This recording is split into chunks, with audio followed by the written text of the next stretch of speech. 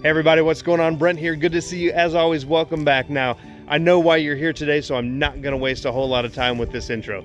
You want to know what it was like driving the Model S Plaid with that yoke steering wheel on a tight autocross circuit. So that's what we're going to be covering today. This is the second video in a two-part series, so if you didn't see video number one, I'll put a card for you up in the corner. You can go check that out. But today we're really going to be focusing on the in-car camera footage, seeing the yoke steering wheel in action, seeing how we had to move it around, and then afterwards we'll talk a little bit about it, what I think, my thoughts and my opinions. Obviously you're going to have your own, so as you watch and you see things, drop those comments down below. Let me know what you think. Now before we get to the footage, as always, I want to invite you to come follow us on Instagram at Pilot Brent. Go on Facebook, The Brent Ely, and if you really want to help support the cause, we would greatly appreciate it. We did finally set up a Patreon page, so hop over there if you want to give us a monthly donation. That will absolutely help us keep producing this content and get out to more and more racetracks. So without further ado, let's go to the footage. Welcome to the 8th and final event of the 2021 season for the SCCA North Carolina Region Forza Motorsports at Cherry Point Marine Corps Air Station. This final circuit is a more technical layout. Drivers line up at the starting cones and prepare for an offset entry through the timing cones. Instead of getting up to speed quickly, drivers must navigate a tight S-turn right out of the gate. There's a lane change, comprised of 3 boxes, that feeds into a slalom. Exiting the slalom, drivers approach a gate that leads to a big sweeping right-hand 180-degree turn. There's no gate here, but there is an apex marker and a pointer cone that drivers must pay attention to. On the back side of the big sweeper, the right-hand turn continues into a mini left-hand sweeper and then into a slalom. Drivers need to be paying attention leaving the slalom as there's a little right-hand sweeper. Drive on the wrong side and that'll be a DNF for the run. Exiting this sweeper, there's a slight bend back to the left to get you straight through to the finish gates.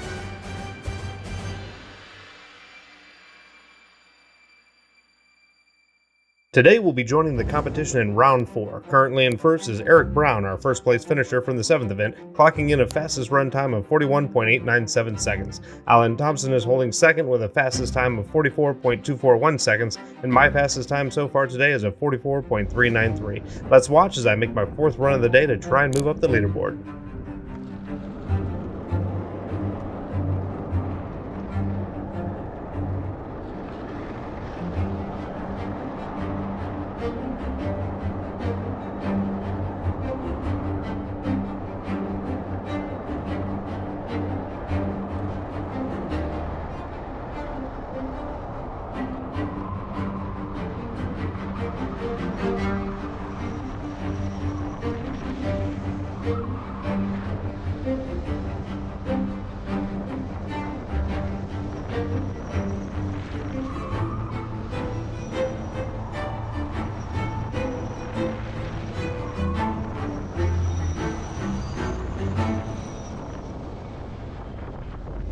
I was able to post my fastest time of the day on that run, 42.796 seconds, which puts me in the number 2 position. There's now only a separation of 0.9 seconds between me and first place. Let's watch the onboard driver cam for round 6 so we can see how I handle the steering yoke.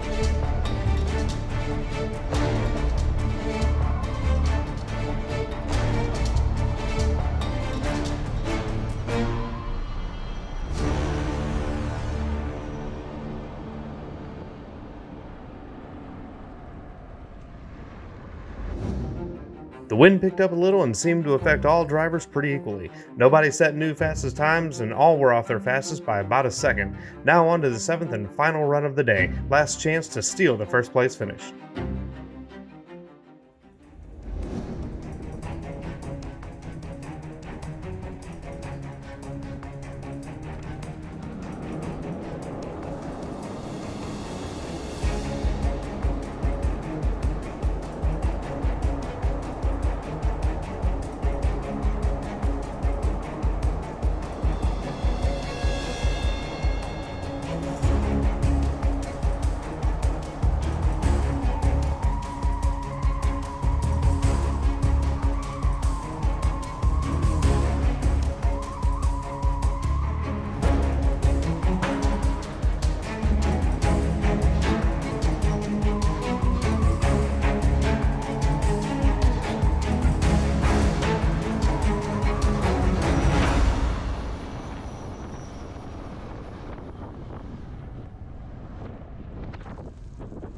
With better lines and speed control, I was able to run my fastest lap at 41.922 seconds. Brown makes an almost identical run to his fastest, and Thompson DNFs pushing too hard, sealing his fate as a third place finisher. Final standings for the 8th event, Eric Brown again in the 2014 Subaru in first place with a fastest time of 41.897. I came in second with a fastest time of 41.922 seconds, only 25 thousandths of a second behind. Doesn't get much closer than that. And in third, Alan Thompson at 43.950 seconds, about 2 seconds off the leader. All right, so there you have it, the Tesla yoke in action. You've seen the footage. You can make your own conclusions. Tell me what you think down in the comments. Now, my personal opinion, I like the yoke. I was already a 3 and 9 o'clock driver, so it's really not a big change for me. If you're a 12 o'clock driver and you keep one hand up at the top of the steering wheel, it might take you a day or so to kind of get used to it, but overall, I think you'll be just fine. Now, what do I think about the yoke for racing applications and autocross? My initial fears were that I would need to be able to shuffle my hands, or I'd have to let go and I'd try to grab onto something that wasn't there. And you can see in the footage, I'm turning the yoke 180 degrees plus, and at no point in time did I ever feel like I needed to shuffle my hands or let go. I never felt like I was going to lose control of the yoke, lose control of the car. I never had any issues whatsoever with that. It felt comfortable and it felt good. Even through the slaloms and the more precise movements that we had to make, I still felt super solid. So overall, I really don't see any difference between a yoke steering wheel and a round steering wheel, other than how they look. So if you had any concerns, I wouldn't worry about them too much. So I hope you enjoyed the video. As always, if you liked it, give it a thumbs up, give us a like for YouTube. If you're not already subscribed to the channel, make sure you do that right now. Smash it and hit the notification bell so you know when the next videos come out. Little spoiler alert, we went back to the drag strip. Our fastest time in the 8th was a 6:004, and the last time out, we smashed that, we beat it. So you will definitely want to come back and watch that video. So that's going to be coming very, very soon. But again, thank you so much. Follow us on the social media.